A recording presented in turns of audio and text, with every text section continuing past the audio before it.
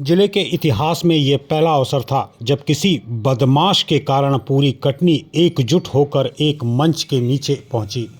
लोगों ने अपना आक्रोश मंच पे दिखाया और कई सवाल भी पुलिस व्यवस्था को लेकर दागे। महत्वपूर्ण बात यह है कि सभा में पुलिस अधीक्षक अभिजीत कुमार रंजन स्वयं मौजूद थे और उन्होंने लोगों की बात को बड़े ही सार्थक रूप में लिया और साथ ही यह भी भरोसा दिलाया कि जल्द ही बदमाशों पर अंकुश लगाने के लिए पुलिसिंग को बेहतर करने के लिए कदम उठाए जाएंगे। आपको बता दें कि कुख्यात बदमाश राहुल बिहारी को पुलिस ने रीठी से गिरफ्तार कर लिया है। पुलिस ने आरोपी को गिरफ्तार कर न्यायालय से 5 दिन की रिमांड भी ली है। वारदात को अंजाम देने के बाद आरोपी उज्जैन और इंदौर में फरारी काट रहा था।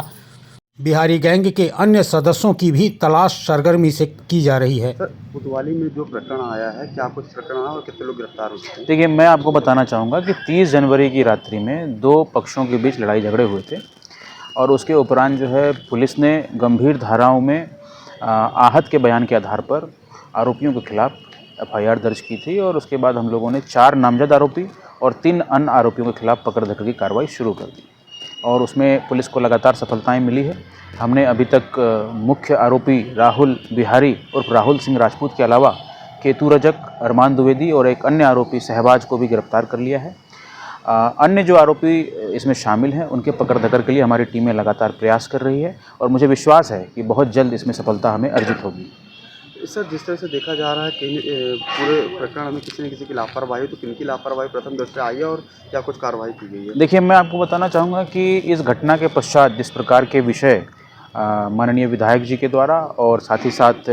माधवनगर के रहवासियों के द्वारा सामने उठाई गई और हमने थाने में भी हमारे नगर पुलिस अधीक्षक ख्याति मिश्रा को हमने वहाँ भेजा था और इन्होंने आवेदकों से स्वयं चर्चा की है और इनके रिपोर्ट के आधार पर हमने ये पाया है कि कुछ ऐसे मामले हुए जिसमें शिकायत लोगों द्वारा की गई थी, लेकिन थाना प्रभारी के द्वारा इसमें शिथिलता बरती गई और ससमय अगर उस पर कार्रवाई की जाती तो मुझे ऐसा लगता है कि इस घटना को रोका जा सकता था और साथ ही साथ अन्य धाराओं में आरोपियों के ऊपर कार्रवाई की जा सकती थी। तो इसी कारण से हमने जो है इसकी जांच जो है माइक 2 साहब संतोष ढेरिया जी को सौंपा है। साथ ही साथ अभी तत्काल प्रभाव से थाना प्रभारी अनूप सिंह ठाकुर को माधवनगर से अलग करके रक्षित केंद्र से अटैच कर दिया गया है और अभी वहां पर सब इंस्पेक्टर रूपेंद्र सिंह राजपूत को, जो कि सतना से आए हैं, उनको हमने कार्यभार सौंपा है। सर, जिस तरह से विधायक जी ने बोला है कि जैसे अपराध को लेकर लगाएंगे, तो उस पर किस तरह से कार्रवाई करेंगे? देखिए, मैं आपको बताता हूँ कि कटनी जिले के भीतर अपराधों को लेकर के लगातार हम लोग उसके रोकथाम के लिए प्रयत्नशील रहे हैं और पिछले वर्षों के अगर हम बात करें तो सभी गंभीर धाराओं में जो अपराध होती थी उसमें भारी कमी आई है। साथ ही साथ हमारी प्रतिबंधात्मक कार्रवाइयों में बहुत बढ़ोतरी हुई है। वर्तमान में जो राहुल बिहारी गैंग है, उसका जो मुख्य सरगना राहुल बिहारी है, उसके खिलाफ भी हमने 2 माह पूर्व जिला बदर का प्रकरण जो है वो प्रचलित कर दिया था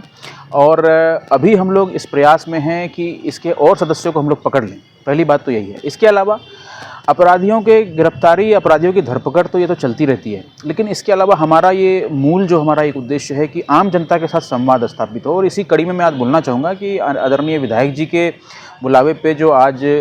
स्थानीय लोग एकत्रित हुए और उसी मीटिंग में हम लोग भी अपने टीम के साथ वहाँ पे पहुँचे थे, उसमें बड़ी सार्थक चर्चाएं हुई है और पुलिसिंग को बेहतर करने के उपायों पे हम लोगों ने काफ़ी वहाँ पे ब्रेन स्टॉर्मिंग की है और निश्चित रूप से मुझे लगता है कि आने वाले दिनों में कटनी के भीतर जो लोगों की सोच है, जो लोगों की मांग है, उस मांग को